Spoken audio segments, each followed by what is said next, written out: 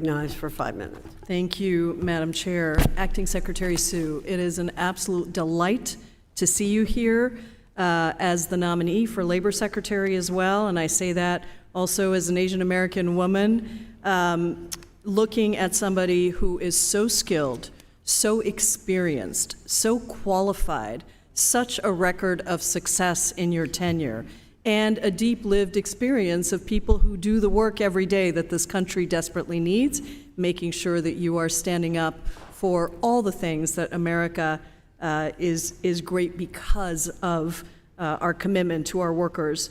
I also want to particularly thank you for your leadership on apprenticeships and making sure that workers have the skills that they need to fill the jobs created with the $2 trillion in infrastructure investment that we were able to pass in the 117th Congress.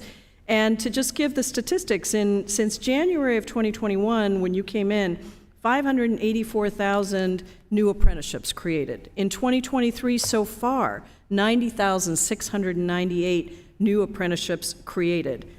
We know that under this president, under Democratic control of the House and Senate in the 117th, there were 13 million new jobs created since the president took office. And the share of working Americans, working age Americans in the workforce is at its highest level in 16 years. So congratulations on a tremendous record of accomplishment already.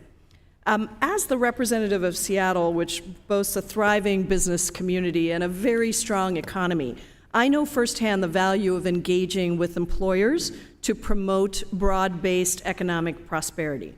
Acting Secretary Sue, would you agree that businesses and employers are key stakeholders in the effort to build an economy that works for everyone? I absolutely agree with that, Congresswoman, and I think my record demonstrates that, yes. And in fact, you have some history with your own family's experience running a franchise business. I wonder if you wanted to share that. Yes, thank you very much, Congresswoman. So for me, the idea that small businesses are the engines of our economy and that they are,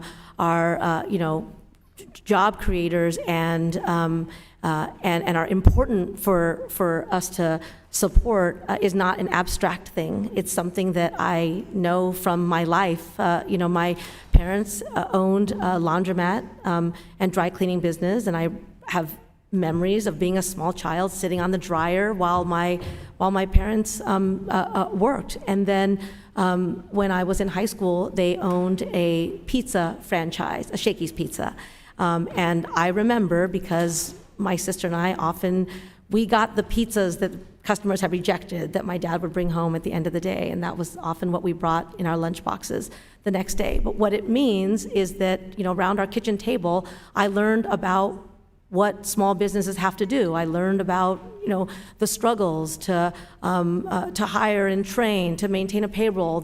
My dad worked alongside workers. He, worked the ovens, but when he was needed to take orders, he did that. When he was needed to wipe down tables, he did that. And so I have great respect for the hard work, the investments, the risks, the challenges, and also the joy of what small business owners do, because it is the reason I was able to go to college is that my parents had a small business. And in my time as Deputy Secretary, but also in my time as Acting Secretary, and if confirmed as Secretary, I understand personally the importance of our role in supporting those small businesses. Thank you. And my colleagues across the aisle are trying to portray you as somebody who doesn't care about business or employers, but isn't it true that a number of business associations have endorsed your nomination to be Labor Secretary, including the Society for Human Resource Management, the LA Chamber of Commerce, the U.S. Hispanic Chamber of Commerce,